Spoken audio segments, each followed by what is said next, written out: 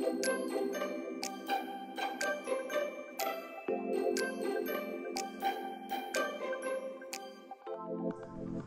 बनवणार आहे उपवासाची पुरी। त्याच्यासाठी साहित्य 3 बटाटे उकडून घेतलेत, हिरवी मिरची, आलं, जिरं आणि ओलं खोबरं थोडंसं, दही 2 चमचे, शेंगदाण्याचं कूट 1 चमचा, जिरी आणि मीठ आणि वरईचं पीठ।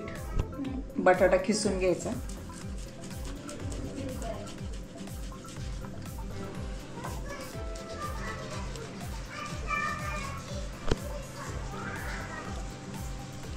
मिरची, आलं आणि ओलं खोबरं आहे ते सगळं बारीक करून घ्यायचे।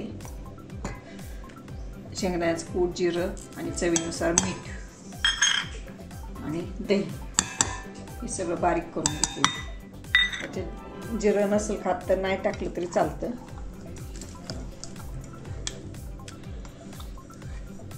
हे सगळं बारीक करून घेतले, हिरवी मिरची वगैरे। ते पीठ मळून घ्यायचं, मीठ वगैरे सगळं टाकलं ह्याच्यात, सारखं चिव करून घ्यायचं ह्याचं। ह्याच्यात गाठी नाही झाले पाहिजेत।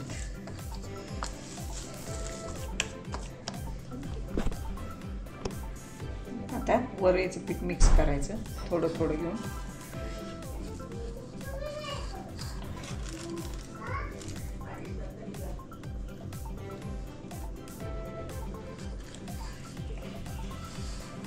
जेवढं त्याच्यात बसेल तेवढं घ्यायचं, पाणी बिणी काही घालायचं नाही त्याच्यात। पाणी न घालता जितकं पीठ बसेल तितकं पीठ घालायचं त्यात वरईचं। आणि बटाटे जास्त शिजवायचे नाहीत, असं पीठ मळून घ्यायचं, 5-10 मिनिटं झाकून ठेवायचं। चटणी करायची, त्याच्यासाठी 1 मिरची, ओलं खोबरे,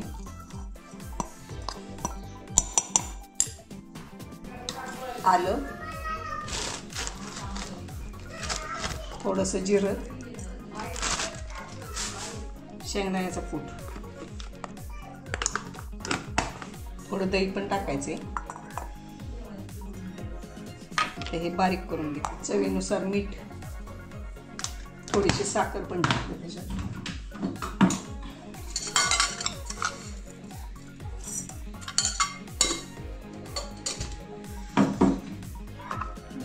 तयार झाली उपवासाची चटणी।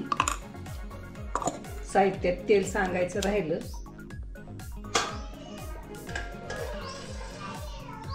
तळायसाठी तेल, प्लास्टिकच्या पेपरला पाणी लावले, तेल तापायला ठेवले तिकडं। आता हा असा गोळा करून घेतलाय पिठाचा, असं टाकून घ्यायचं।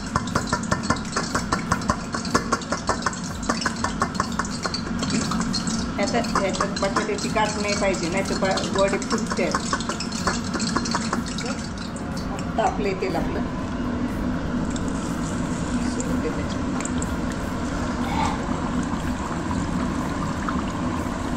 दुसरा टाकून दाखव।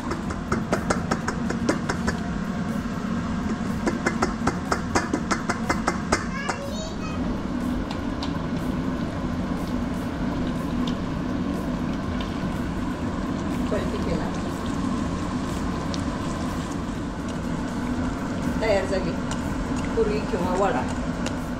आता अशा पद्धतीने सगळे बाकीचे तयार करून घेते।